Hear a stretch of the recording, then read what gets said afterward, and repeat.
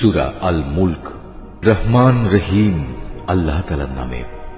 কত মহান সেই পুণ্যময় সত্তা, যার হাতে রয়েছে আসমান জমিনের যাবতীয় সার্বভৌমত্ব।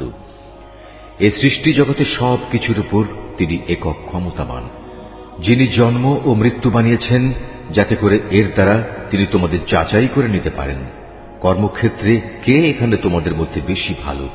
তিনি সর্বশক্তিমান, তিনি অসীম ক্ষমাশীল।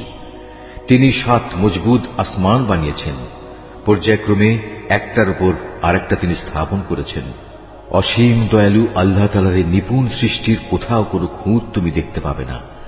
আবার তাকিয়ে দেখো তো, কোথাও কি তুমি কোন রকম অসঙ্গতি কিংবা ফাটল দেখতে পাও? অতঃপর তোমার দৃষ্টি ফেরাও নভমণ্ডলের প্রতি। দেখো, আর একবারও তোমার দৃষ্টি ফেরাও, দেখবে তোমার দৃষ্টি ব্যর্থ ও ক্লান্ত হয়ে তোমার দিকেই ফিরে আসবে। নিকটবর্তী আকাশটিকে তুমি দেখো, তাকে কিভাবে প্রদীপমালা দিয়ে আমি সাজিয়ে রেখেছি। ঊর্ধ্বলোকের দিকে গমনকারী শয়তানদের তাড়িয়ে বেড়ানোর জন্য এই প্রদীপগুলোকে আমি ক্ষেপণাস্ত্র হিসেবে সংস্থাপন করে রেখেছি।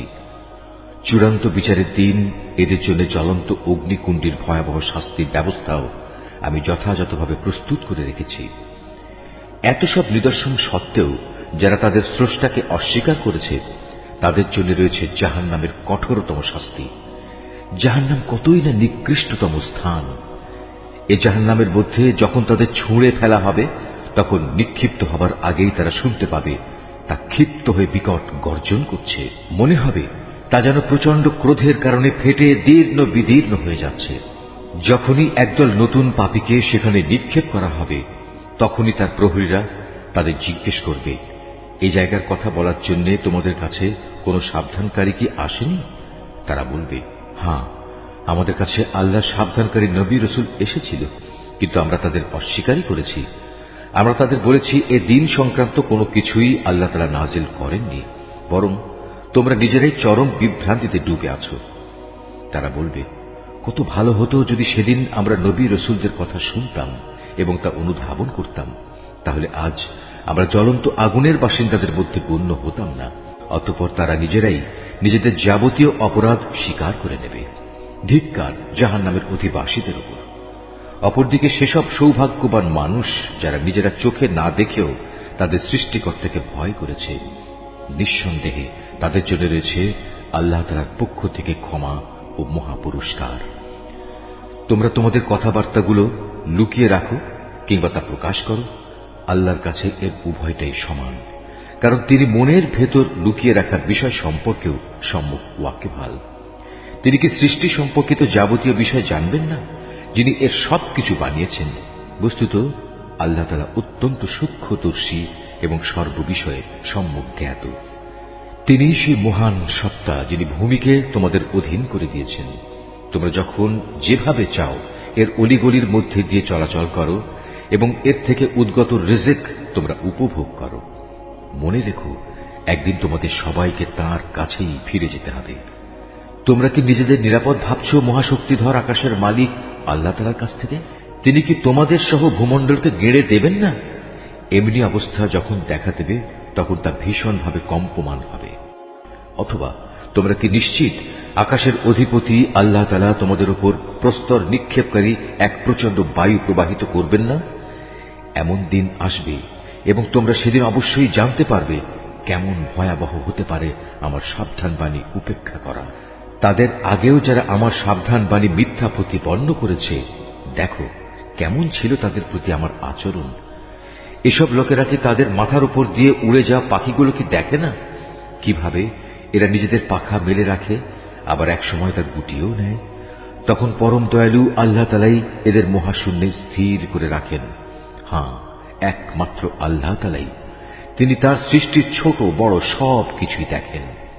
বলতো, তোমাদের মধ্যে এমন কে আছে যার কাছে এমন একটি বিশাল সৈন্যবাহিনী আছে যা দিয়ে তারা অসীম দয়ালু আল্লাহর বিরুদ্ধে তোমাদের সাহায্য করবে?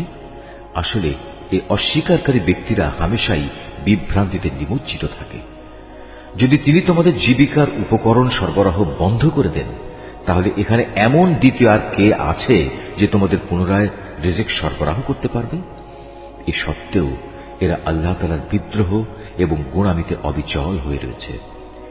যে ব্যক্তি জমিনের উপর দিয়ে উপুড় হয়ে মুখে ভর দিয়ে চলে সে ব্যক্তি অধিক পরিমাণে হেদায়েত প্রাপ্ত, না যে ব্যক্তি জমিনে স্বাভাবিকভাবে সঠিক পথ ধরে চলে সে বেশি হেদায়েত প্রাপ্ত?